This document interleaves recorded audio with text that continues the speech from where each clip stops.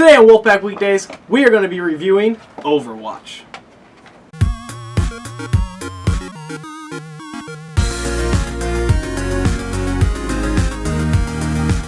But before I get started on the game review, I just want to thank Team Straw Hacks for their comment. They're the ones who suggested Overwatch, so you can thank them for that. And now we're going to get into it. So what is Overwatch? Overwatch is a first-person shooter created by the company Blizzard. Blizzard is known for their game World of Warcraft, which incidentally is so huge they have a movie that came out literally today because it's Friday. Holy crap. So, with that being said, you wouldn't expect a first-person shooter out of them, but this game is actually really surprising. So let me explain how I plan on doing game reviews on the channel. I'm going to give you the good of the game, the bad of the game, my final thoughts on the game, and then I'm going to give you a rating out of 10. So, let's start with the good. Overwatch is a great game made by Blizzard in the first-person shooter genre. You wouldn't expect this company to do anything good in this genre because they've never even touched it. But what they did is they took the best aspects of 90s shooters like Quake and Counter-Strike and brought them together into a Team Fortress-esque but better shooter. And basically, it's surprising how good it is. So, it's a very fun game at its heart. And that's the whole premise behind it, is that it's supposed to be fun.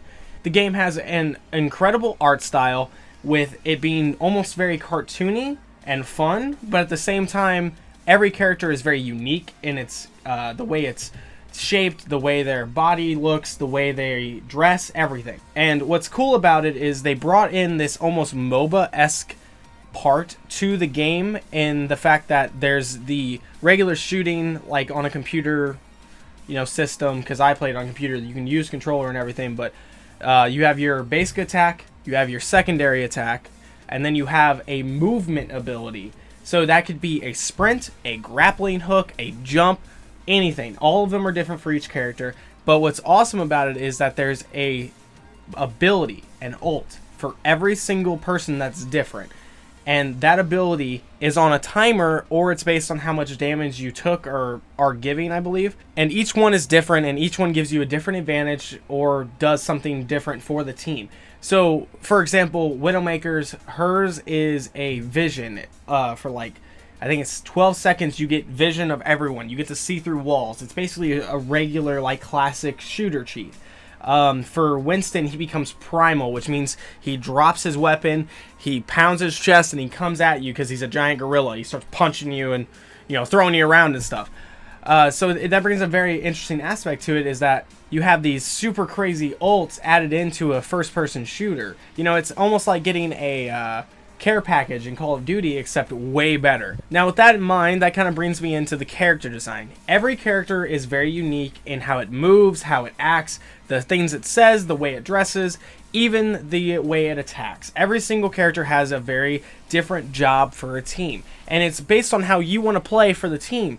And that makes it very interesting, very fun. You can change out characters every time you die, so if we need a sniper because somebody switched off, well, I'll play Widowmaker. There's a sniper, and then you play her. So it allows you to have a lot of fun with it, do very, very different things every single game, and it just makes it very, very fun. That's the word I keep going to. The game is fun. That's it. It's competitively driven, but it's fun as hell. It's just a great game. And one of the best things about it is its map design. These map designs, especially on payload maps where you're trying to push it to their through checkpoints to the end, you have all these different areas that you go through, and there's always a way to get behind the team. So you have a Bastion sitting on top of the payload pushing towards you when you're on defense. Well, you can be Tracer and go around and throw your ult, which is a bomb, onto him, and then rewind back because there's a back way to get there.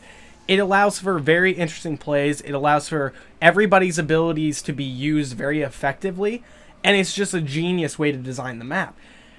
I'm incredibly impressed with the game, and I love it to death. I love playing it, but with anything, there's always a bad side. So now we're going to cover the bad side of the game. Okay, so with the bad that comes with every game, this one is actually kind of limited.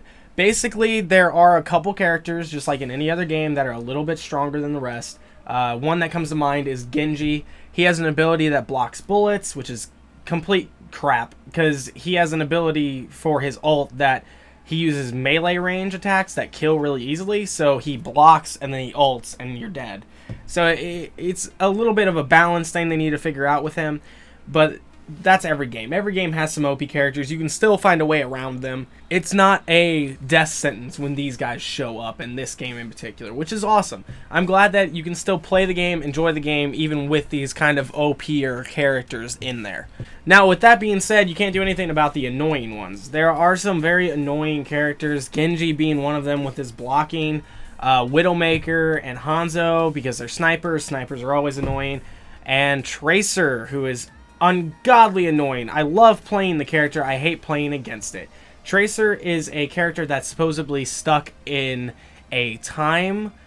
She has like a time disease. If I can find it, I'll put it right here, what it's called. But she basically can't stay in our time for very long until Winston gave her this brace that controls it. So now she's able to control time travel, basically. So she jumps forward 3 times.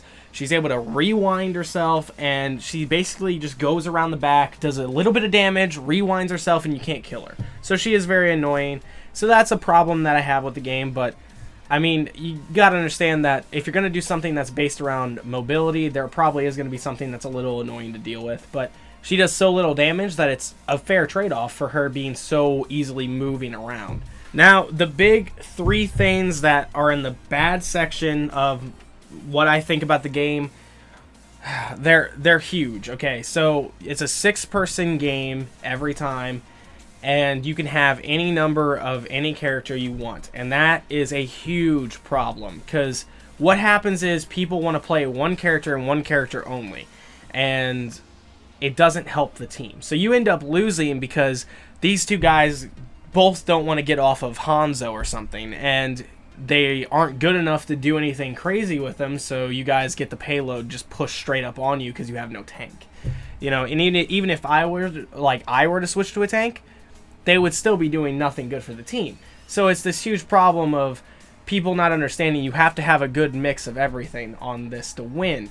And, you know, you have to have a support like Mercy. You have to have a tank like Reinhardt. You have to have a sniper like Hanzo. You have to have damage like Soldier. You have to mix it up. You have to do a lot of things. The fun thing about it is, though, sometimes, you know, you can do some crazy stuff like 6 Reinhardts or 5 Reinhardts and a Mercy like Node did.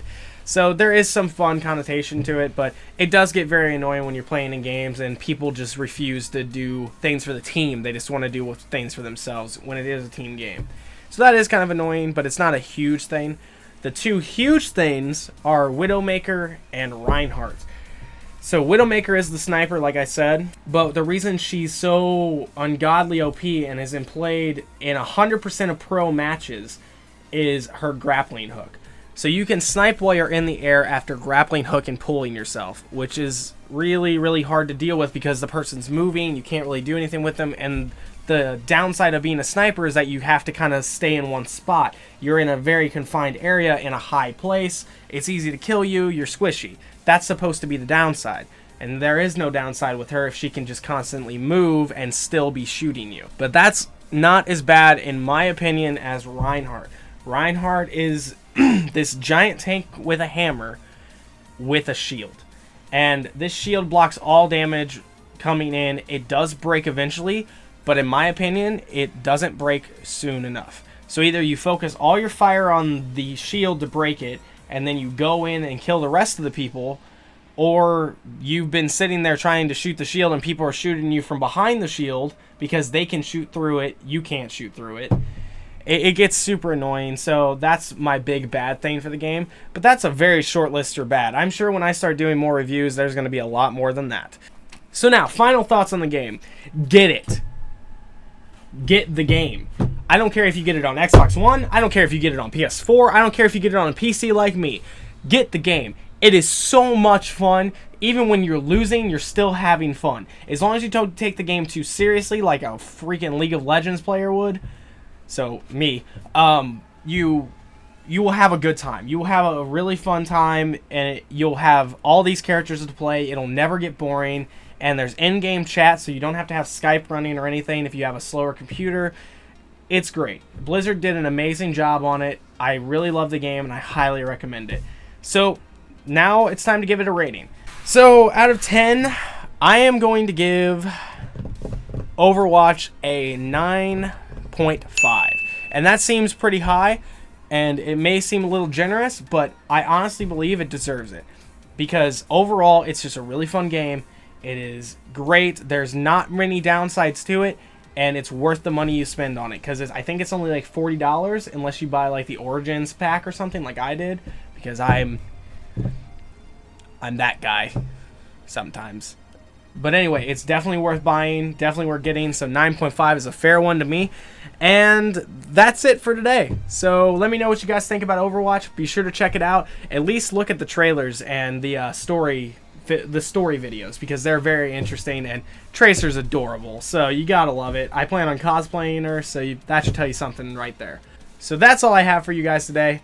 And with that being said, thank you for watching. Be sure to subscribe for more. And if you have any suggestions for the show, be sure to use the hashtag WPW down in the comments or on Twitter, and your idea might just get featured on the show. Thanks for watching, and I'll see you next time.